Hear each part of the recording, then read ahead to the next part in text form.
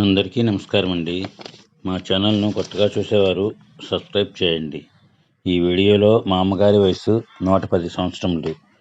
ఇప్పటికీ కూడా ఆవిడ పనులన్నీ ఆవిడే స్వయంగా చేసుకుంటారు. ఇప్పటికీ ఎంతో ఆరోగ్యంగా ఉన్నారు. ఇప్పుడు ఆవిడ భోజనం చేస్తున్నారు. పప్పుకూరతో అన్నం తింటున్నారు.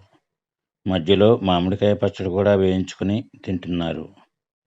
ఒకసారి ఆ మామగారిని మీరు ఇంత ఆరోగ్యంగా ఎలా ఉంటున్నారు అని అడిగితే ఇలా చెప్పారు.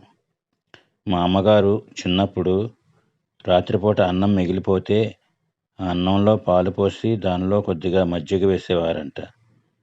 అది ఉదయానికల్లా పులిసి అన్నం పెరుగు మిశ్రమంగా ఉంటుంది.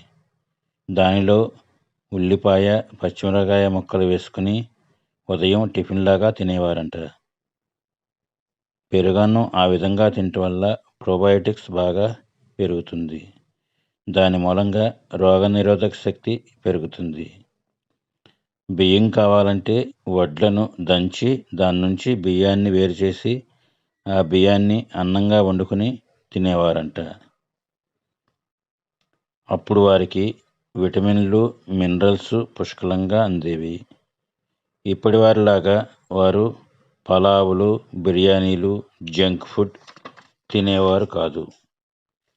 అసలు బయట ఫుడ్ అనేదే తినేవారు కాదు. వాళ్ళకి సొంతంగా గేదెలు ఉండేవి. వాళ్ళు పాలు కొనవలసిన అవసరం లేదు. కాబట్టి పాలు పెరుగు ఇంట్లో బాగా వాడేవారు. వాళ్ళకి పొలాలు కూడా ఉన్నాయి. పొలాలకు నీళ్లు కాలువల ద్వారా పెడతారు.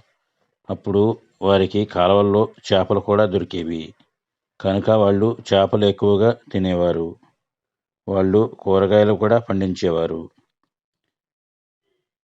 వాటిని రసాయన ఎరువులు పురుగు మందులు వాడకుండా పండించేవారు.